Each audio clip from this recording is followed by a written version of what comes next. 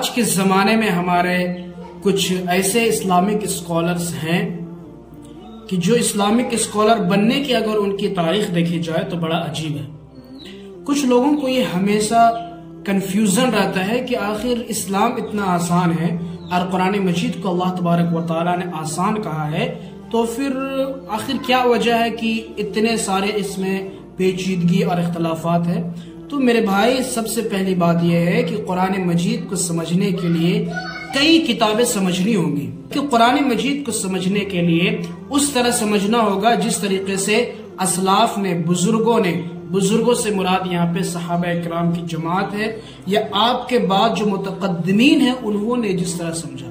اور ہم سب جانتے ہیں کہ اسلام کی تعلیم سینہ بسینہ کتاب در کتاب چلی آ رہی ہے، تو علماء متقدمین اور علماء اہل سنت والجماعت، اسی طرح ہمارے اکابرین صحابہ کرام تابعین نے جس طرح قرآن مجید کو سمجھا ہے، جس طرح عمل کیا ہے،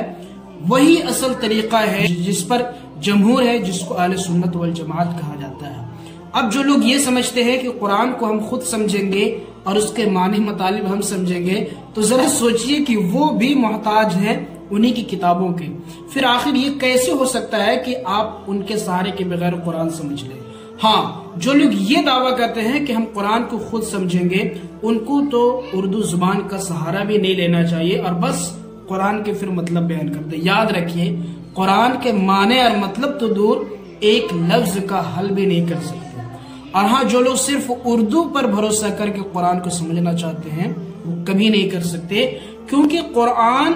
جو کتاب ہے اس کی تفسیر حدیث ہے، اور حدیث کی تفسیر اور اس کو منقح کر کر لاء کی شکل میں بنایا ہے مجتہدین نے۔ پھر اس کو دو کیٹیگری میں بنایا گیا ہے، ایک تو عقائد ہے اور ایک اعمال ہے، اور ان تمام چیزوں کو پڑھنے کے لیے ان تمام کے اصول کو پڑھنا ہوگا کہ ان کے اصول کیا کہتے ہیں، کس بیس کے تحت کون سا درست ہے اور کون سا نہیں۔ لہذا جو لوگ اردو کے مفسر ہیں ان کو یہ بات ضرور یاد رکھنی چاہیے،